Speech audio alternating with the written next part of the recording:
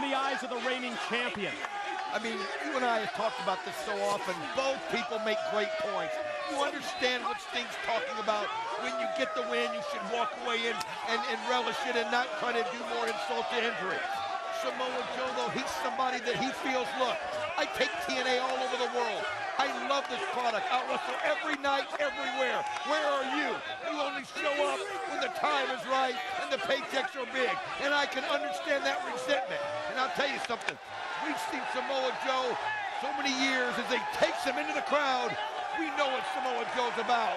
And he's just about one thing, and that's giving it 100% every night, Mike.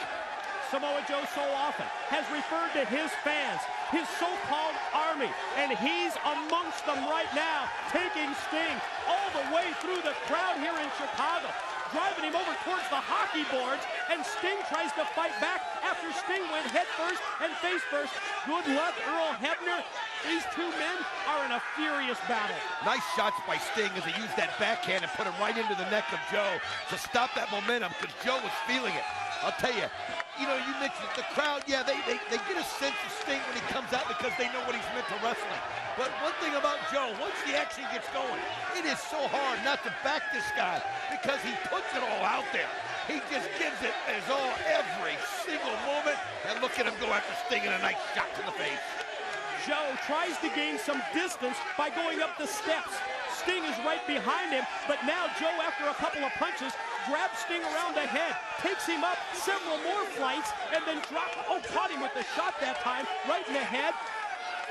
And Earl Hebner is doing everything that he can, everything within his power to try and control these two, but I don't think you can do it. Samoa Joe going for that high ground, taking him all the way up to the top. And look at him, he's going to continue on. He's just proven a point. I think he's letting Sting know that I can do anything I want. But yeah, you were great. Yeah, you meant a lot to all of us. And yeah, I do respect your ways, but you're not going to tell me how I have to be as the world champion. Look how high up they are, Don, here at the Sears Center. And while Sting is down, where's Samoa Joe going right now? He's headed up towards like a luxury box area, and Joe comes running across, and Sting, you gotta be kidding me! He just put his body on the line! He just jumped right over the top and just laid out Sting on the steel steps! Unbelievable! That disregard! Come on, guys, please, we have to see it! Whoa, what a kick! He drop-kicked him! He made contact with that, but at the same time, you're right, he gave up his body because look where he lands! My God, he lands right on the concrete steps! Sting was on the other side of the rail on the steps, and he kicked him through the rail! Samoa Joe, I mean, you've got to be kidding! That's just putting your body at harm's way to prove a point! Remember the revelation that we heard this past Thursday night on Impact during the Jim Cornette-led contract signing, that there would be no return match between these two. Regardless of what happens, they're going to settle it tonight. Well, I'll tell you, you can see that's the mindset that Samoa Joe has.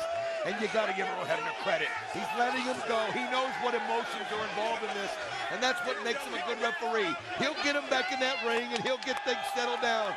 But right now, this is just a way that you can't stop. You can't stop. You just got to get out of the way of it.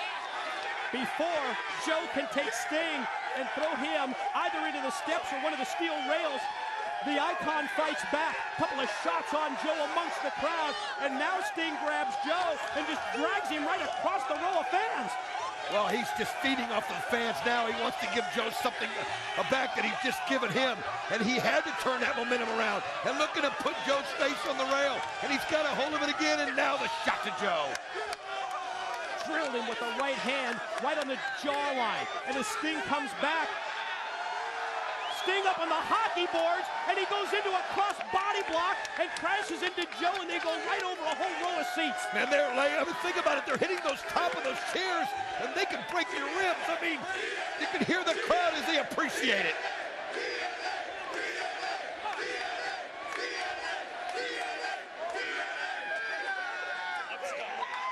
Sting now grabbing Joe around the neck, around the head. Gonna try and take him and drive him face first, and does. Back into the boards.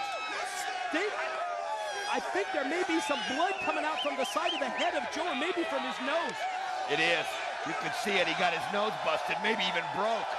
There's no telling because these guys are fighting it out right in the middle of everybody. I mean, oh man! Wow, Joe able to take his feet out from under him, and you talk about a crotch shot, and now here it comes, that running boot, and he just sends Sting down. This is unreal.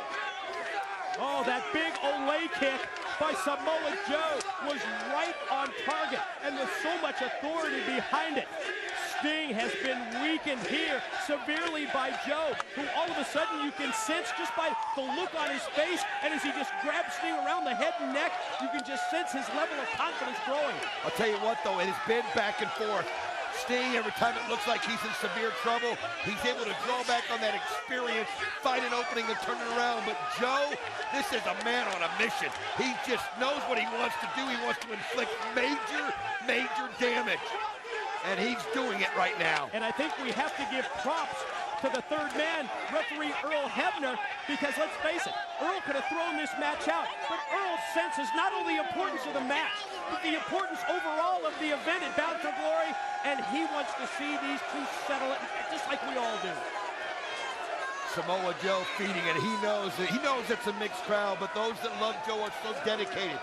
Just because he's so different, you cannot define him. You know what I mean, Mike? You cannot judge this book by its cover. He's been that way from the day we've seen him. He just amazes you, and he's just somebody that's been so fun to call and to watch. And for him to have Sting tell him what he's supposed to be about, it's just too much.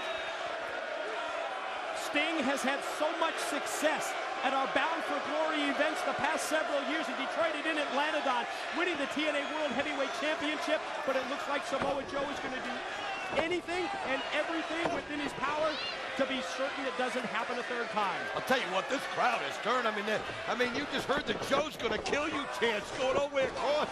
They love, oh, nice as he spins around. The big man can get that boot so high up. I mean, he just doesn't change for anybody. I think you sense like I do. There's certainly a mixed reaction to both champion and challenger. But I think Samoa Joe, the level of respect that he has from the fans here is growing because of his performance tonight. He just is going to be who he is. He does what he has to do. It was like when we saw him Thursday night. Sting, you do what you got to do. I'll do what I got to do.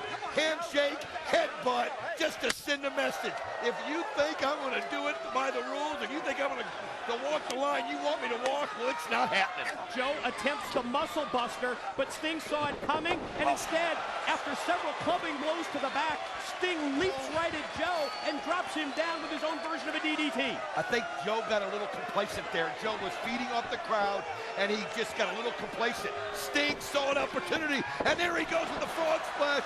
Here we go, 1, 2, not enough. Sting splash off the top, going high risk at a point in the match here where I didn't anticipate that coming. Joe got him with a kick right in the gut and picks him up and drops him down with the power bomb. Shoulders down for 2 before Sting gets him, and Joe rolls over into the STF. That's exactly what he wanted Sting to do. He just let him there. He just let him there. And Sting thinking he's getting out of one hold, the next thing you know, he's right into another one and looking at pull back. He's got the leg grapevine. At the same time, he applies pressure with the crossface, and now cranking back on the head of Sting while he has his arm seized, his arm scissored using his legs. And that weight that Joe has, if he's got it perfectly placed, it is just unreal. And he does. Sting, where's he going to do? He's got to see the ropes. He's got to slide over. Joe's got the grin. Just like this, there's nothing you're going to do. And as he reaches out, he grabs that arm and pulls it backwards. Hebner says, what do you say, Sting? He was motionless for just a couple of seconds there. I think trying to do everything within his power to block out the pain, and as he slides just a couple of inches over, he's able to take his